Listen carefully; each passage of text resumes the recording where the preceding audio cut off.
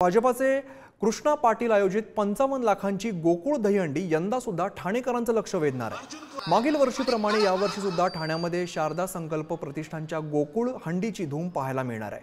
दहीहंडी निमित्त मनोरंजनासाठी ऑर्केस्ट्रा, सिने कलाकार त्याचबरोबर मान्यवरांची सुद्धा उपस्थिती लाभणार आहे। गोकुळ दहीहंडीच्या माध्यमातून ठाण्यातील मूलभूत नागरी समस्यांकडे लक्ष वेधण्याचा प्रयत्न केला जाणार असल्याचं कृष्णा पाटील यांनी सांगितलं।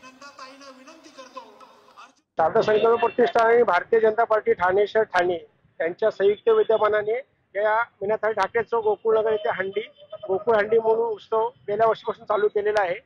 या दहीहंडीला एकूण 55 लाखाची बक्षिसांचं वाटप करण्यात येणार आहे। जागतिक विक्रम गोविंद तोडतील अशी आम्हाला अपेक्षा आहे। आतापर्यंत 150 गोविंदांनी जे आमच्याजवळ नोंद केलेली आहे ऑनलाईन, अंदाज आहे की 150-200 लोक तरी गोविंद येतील। त्याप्रमाणे ही सगळी तयारी चालू आहे। मोठ्या प्रमाणात राजकीय प्रतिनिधी देखील या ठिकाणी येणार आहेत। साहजिकच मुख्यमंत्री साहेब एकनाथ शिंदे साहेब, उपमुख्यमंत्री देवेंद्र फडणवीस साहेब, चंद्रशेखर बावनकुळे साहेब आणि इतर ठाण्यातील पदाधिकारी सगळे येणार आहेत। त्यांनी यायचं मानस केलेलं आहे।